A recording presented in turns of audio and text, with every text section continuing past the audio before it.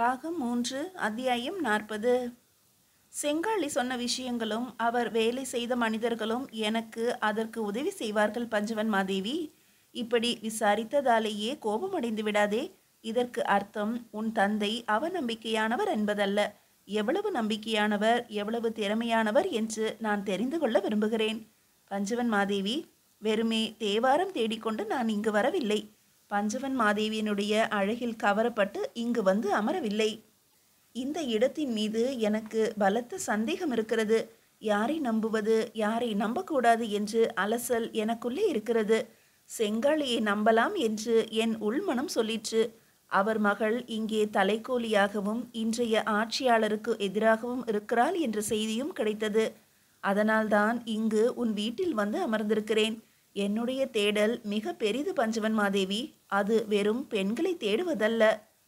இளவரசே, நான் ஒரு காலம் அப்படி பேசவில்லையே. அப்படி உள்ளுக்குள் உனக்கு எண்ணம் இருந்தால் அதை துடைத்து எடுத்துவிடு என்று சொல்லத்தான் நான் முயற்சிக்கிறேன். உங்கள் தேடல் எதை பற்றியது? செங்காளி அமைதியாக கேட்டார். ஆதித்த கரிகாலரை கொன்றது யார்? என்னை கேட்கிறீர்களா இளவரசே, அல்லது விசாரிக்க வந்திருக்கிறீர்களா? இரண்டும் இல்லை. அது எனக்கு தெரிந்து விட்டது. உறுதிப்படுத்தி கொள்ளவே அலைகிறேன். அதற்கு இந்த செங்காலி எப்படி உதவ முடியும்? உனக்கு தெரிந்ததை என்னிடம் சொன்னால் எனக்கு தெரிந்ததை வைத்து என்ன என்று விசாரிக்க முற்படலாம். இளவரசே, சோதிக்க வேண்டியது இப்போது என் முறை. உங்களுக்கு என்ன தெரியும்? என்னை சோதிக்கும் அதிகாரம் உனக்கு உண்டா செங்காலி? இளவரசே, நீங்கள் உத்தம சோழரின் கையாளாக இருந்துவிட்டால் நான் என்ன செய்வது? ஆதித்த கரிகாலனை கொன்றதில் உங்களுக்கும் பங்கு இருந்துவிட்டால் என் நிலைமை என்ன ஆவது? சட்டென்று இளவரசர் எழுந்து நின்றார். அவர் கையில் இடுப்பில் இருந்த குத்துவாள் உருவப்பட்டு மின்னிற்று. செங்காலி, மக்களில் எவரேனும் இப்படி பேசினார்களா? இளவரசே, அமைதியாக இருங்கள். விசாரணை என்று வந்துவிட்டால் எல்லா விதமான பேச்சும் தான் பேசப்படும்.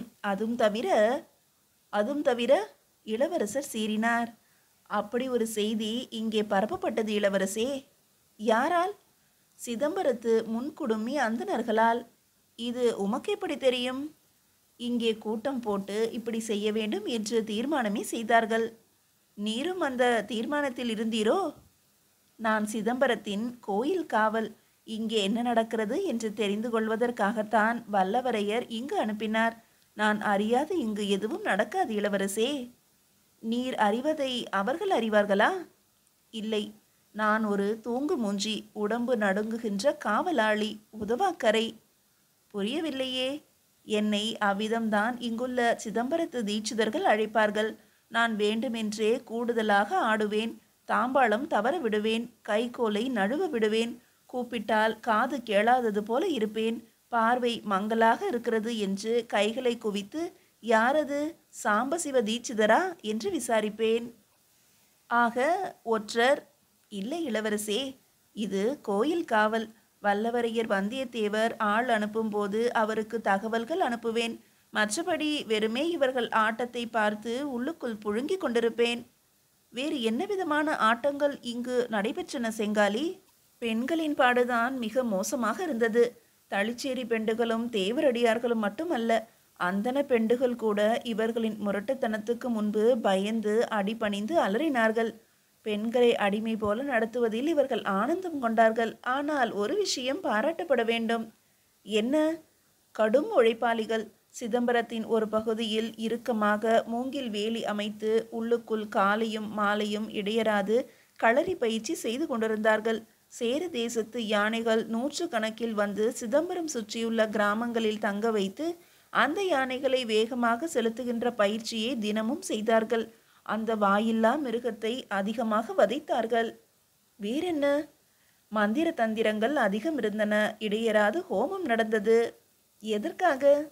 உத்தம சோழரை பலப்படுத்த, வளப்படுத்த, நீண்ட நாட்கள் ஆயுளோடு இருக்க வைக்க என்றெல்லாம் சொன்னார்கள். ஆனால் அத்தனையும் அபிச்சார ஹோமங்கள். மிளகாயும் கடுகும் போட்டு ஹோமங்கள் செய்வார்கள். யாருக்கு எதிராக? என்னுடைய அபிப்பிராயம் என்றால் அது உத்தம சோழருக்கு எதிராகத்தான். உத்தம சோழர் பலவீனம் அடைய வேண்டும் என்பதற்காக. இளவரசர் அருண்மொழி செங்காளியை உறுத்து பார்த்து கொண்டிருந்தார். செங்காளி, உனக்கு வேறு என்ன தெரியும்? முழுவதுமாக தெரியவில்லை ஐயா. ஒருமுறை கோவில் காவலில் இருந்து நான் சிதம்பரம் சிறை கோட்டத்திற்கு மாற்றப்பட்டேன். ஏன்? சிதம்பரம் நடராசர் கோவில் அறைகளை திறந்து பார்க்க நான் ஆசைப்பட்டேன். இரவு நேரத்தில் அந்த பூட்டுக்களுக்கு உண்டான சாவிகளை சேகரித்து எந்த அறையில் என்ன இருக்கிறது என்றும் தேடினேன். என்ன தேடினீர்கள்? பல அறைகள் பல வருடங்களாக பூட்டப்பட்டு இருக்கின்றன. என்ன இருக்கிறதென்று எவருக்கும் தெரியவில்லை. தெரிந்து கொள்கின்ற விருப்பமும் இல்லை. ஆனால் இத்தனை அறைகள், இத்தனை பூட்டுக்கள் பல வருடங்களாக தொங்குகின்றனவே, இவைகளில் என்ன இருக்கிறது என்று பார்ப்பதற்கு விரும்பினேன். பிறகு ஒரு அறையை திறந்தேன். அது முழுவதும் பல்வேறு விதமான உலோக சிலைகள் இருந்தன. என்ன விதம்? எனக்கு சொல்ல தெரியவில்லை. எல்லாமும் படுக்க வைக்கப்பட்டிருந்தன. அவைகளெல்லாம் சிவனடியார்கள் போலத்தான் இருந்தது. சித்தர்கள் போல சில சிலைகளும் இருந்தன. சிவபெருமான் தவிர வேறு யாருக்கும் எந்த விதமான உபசரணையும் தேவையில்லை என்று அங்கு சொல்லிவிட்டார்கள். கண்ணப்ப நாயனார் சிலை இருந்திருக்குமே. அம்மாதிரியான முனிவருடைய சிலையும் இருந்தது. அந்த சிலையையும் படுக்க வைத்திருந்தார்கள். அந்த அறையை யார் திறந்தது என்று கேள்வி கேட்டு என்னை விசாரித்து நான் தெரியாது என்று சொன்னதும் என்னை நம்பாமல் என்னை கோயில் பணியிலிருந்து சிறைக்கூடத்திற்கு மாற்றினார்கள். பிறகு அந்த சிறைக்கூடத்தில் நான் ஒருவனை சந்திக்க நேர்ந்தது. அவன் பித்து பிடித்தவனாக இருந்தான். பித்து பிடித்ததற்கு காரணம் அவனை கடுமையாக கொடுமைப்படுத்தியிருக்கிறார்கள். விதவிதமாக சித்திரவதைப்படுத்தி இருக்கிறார்கள். அவன் திரும்ப திரும்ப தனக்குத்தானே உரத்த குரலில் பேசிக்கொள்வான். காட்டி கொடுத்து விடுவேன், எப்பேற்பட்ட பாதகம் செய்தீர்கள் என்று கத்துவான். நான் அவனுக்கு தினமும் வாழைப்பழம் கொடுப்பேன்.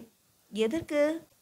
வாழைப்பழம் வயிற்றுச் சிக்கலை தீர்க்கும், நன்றாக குடலை சுத்தம் செய்யும். குடல் சுத்தம் ஏற்பட்டால் நுரையீரல் நன்கு வேலை செய்யும். நுரையீரல்கள் நன்கு இயங்கினால் ஹிருதயமும் அதன் துடிப்பும் சரியாக இருக்கும். ஹிருதய துடிப்பு சரியாக இருப்பின் இரத்த ஓட்டம் சீராக இருக்கும். இரத்த ஓட்டம் சீராக இருந்தால் மூளை கொதிப்பு நிச்சயம் குறையும். மூளை கொதிப்பு குறைவதற்குண்டான மருத்துவம் அந்த வாழைப்பழத்தில் வைத்தேன். கிட்டத்தட்ட 3 மாதங்களுக்கு பிறகு அவன் கொதிப்பு மிகவும் குறைந்தது. அவன் மிக நன்றியோடும் அன்போடும் என் கைகளை பிடித்து கொண்டு கண்ணில் ஒற்றிக்கொள்வான். தம்பி தம்பி என்று பேசுவான். என் உடம்பு நடுக்கத்தின் காரணம் கேட்டு கண்ணீர் விடுவான். என்ன சொல்கிறாய்? ஏன் இப்படி பேசுகிறாய்? என்ன உண்மை? யார் கயவர்கள் என்றெல்லாம் கேட்டபோது ஆதித்த கரிகாலனை பற்றிய உண்மை என் நெஞ்சுக்குள் இருக்கிறது. அதை வெளியில் சொல்லிவிடுவேனோ என்று நினைத்துத்தான் என்னை சிறையில் அழைத்திருக்கிறார்கள். உன்னை கொன்று போட்டிருக்கலாமே என்று நான் கேட்க, இல்லை, அவர்களுக்கு நான் மிகவும் உதவி செய்தேன். பல்வேறு விதங்களில் நான் அவர்களுக்கு உண்மையானவனாக இருந்தேன். ஆனால் அவர்கள் என்னை பற்றி பயம் கொண்டிருக்கிறார்கள். படையோடு என் வீடை சுற்றி கொண்டு வந்து என் வீட்டிற்குள் நுழைந்து வாள் எடுத்து என்னை கொல்ல முயன்ற போது என் மனைவி அவர்கள் காலை பற்றி கொண்டு மாங்கல்ய பிச்சை தருமாறு வேண்டினாள். சரி, இவனை கொண்டு போய் சிறையில் அடைத்து வையுங்கள், மரணம் வரைக்கும் இவன் சிறையிலேயே இருக்கட்டும் என்று என்னை இங்கு கொண்டு வந்து தள்ளிவிட்டார்கள். நான் உளர வேண்டும் என்பதற்காகவே பல்வேறு விதமாக மருந்துகள் கொடுத்து என்னை, என் பேச்சை உளறலாக மாற்றினார்கள். விதம் விதமாக சித்திரவதையும் செய்தார்கள். காரணம் இல்லாமல் அப்படி செய்ய மாட்டார்களே, நீர் என்ன செய்தீர் என்று நான் அவனை கேட்டேன். அவன் மௌனமாக இருந்தான். இல்லை, அது உனக்கு தேவையில்லை என்று சொல்லி விலகிவிட்டான். பிறகு நான் வாழைப்பழம் கொடுத்த போதும் வாங்க மறுத்துவிட்டான்.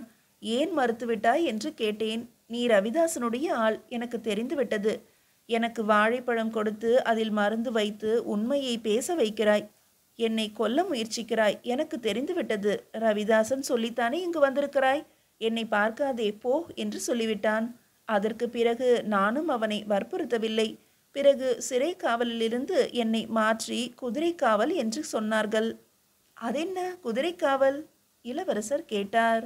சிதம்பரத்துக்கு வரும் அந்தணர்கள் கோவில் வாசலில் குதிரைகளை கட்டி வைப்பார்கள். நான் அந்த குதிரைகளை பாதுகாக்க வேண்டும். ஒரு ஏளன சிரிப்போடு செங்காளி சொல்ல மெல்லியதாக இளவரசர் அருண்மொழி முகம் சுழித்தார். என் சிவனே, பழுவேட்டரையர் குலத்தில் பிறந்துவிட்டு என்னவெல்லாம் அவமானப்பட்டிருக்கிறீர் ஐயா. மறவர்களின் வேதனை ஏன் யாருக்கும் புரியவில்லை என்பதுதான் ஆச்சரியமாக இருக்கிறது. வேறு ஒரு விஷமத்தனமும் நடந்தது. சேர தேசத்திலிருந்து வந்த அந்த 2 அந்தணர்களும் தங்களை பிரம்மராயர்களாக சொல்லிக்கொண்ட அடுத்த நாளே தங்களுக்கு வேண்டப்பட்ட மறவர் யார், வேண்டப்படாத மறவர் யார் என்று பிரித்து வேண்டாதவர்களை வேகமாக ஓரம் கட்டினார்கள். அது தெரிந்து பல சேனாதிபதிகள் தாங்களாகவே நகர்ந்து விட்டார்கள். குறிப்பாக கிருஷ்ணன் ராமனான பிரம்மராயர் மேற்படிப்பு என்று போய்விடவில்லையா? அப்படி அவர்கள் போனதெல்லாம் கூட எங்களுக்கு பயம் கொடுத்தது. வேண்டாதவர் பக்கம் நீங்கள் இருந்தீரா? எதனால் அப்படி உங்களை தீர்மானித்தார்கள் என்று இளவரசர் கேட்டார்.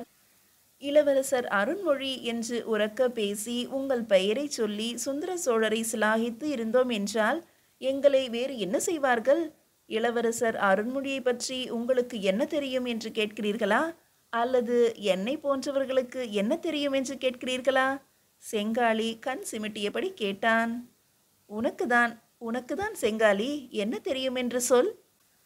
1000 ஆண்டிற்கு ஒரு முறை பிறக்கின்ற ஒரு அபூர்வ மனிதன் என்று தெரியும் என்று செங்காலி சொல்ல இளவரசர் ஆச்சரியமானார். மீதியை அடுத்த அத்தியாயத்தில் காணலாம்.